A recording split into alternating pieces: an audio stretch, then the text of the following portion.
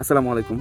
তো একটা বিষয় হচ্ছে, আপনি যখন কঠিন কোনো সময় পার করবেন, আপনার মনে হচ্ছে যে না, এই সময়টা আপনার খুবই খারাপ যাচ্ছে, তখন মূলত আপনার শুভাকাঙ্ক্ষী বা আশেপাশে দেখবেন অনেকেই নাই হয়ে গেছে।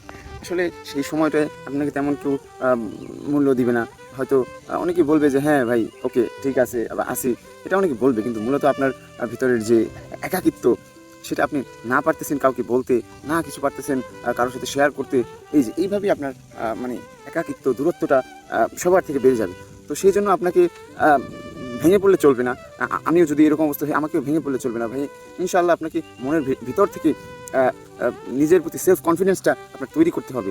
তো ভাই আপনার আ সেই কনফিডেন্সটা যদি সঠিক থাকে এবং লক্ষ্যটা আপনার সঠিক স্থানের প্রতি থাকে, ইনশাআল্লাহ আপনাকে আ খুব দ্রুতই হয়তো আল্লাহ যদি চায়, আপনি আপনার লক্ষ্যে পৌঁছে যেতে পারবেন। তো ভাই ট্রাই করেন, চেষ্টা করেন। ইনশাআল্লাহ ভালো কিছু হবে। আসসালামু আলাইকুম।